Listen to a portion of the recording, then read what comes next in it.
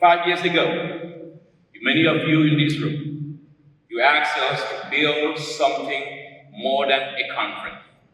You asked us to build a movement that will speak up for our company, that will speak up on the industry. The majority always said the industry is going to its extinction. Well, there was an extinction rebellion. It's really crazy kids in Europe. But we stood for an industry that said this industry has been that that has driven human flourishing, and we're going to stand. 5 years later, I am reporting that we did it. We did it, and we will continue, and we will not stop. The future for us in Africa is not for us to predict, it's for us to create.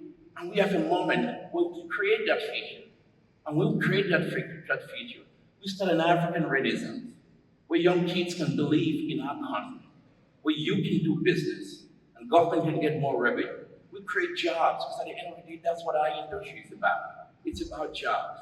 But we also know that we have to deal with some of these issues. Besides putting pressure on African leadership to move, it's also very important that we deal with the clear discrimination. I call it financial apartheid, where gas is bringing for the few in Europe that can afford it, but gas is not bringing in Africa, so they can finance it.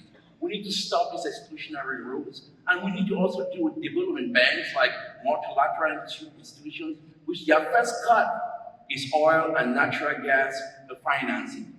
That discriminatory rule led us to take on the banks to say, get back to the table or we will sue you. Because you can't use African pension funds, save it in your big financial institution, then don't fund African energy development. That is wrong, and we would not stop. That's our next battle.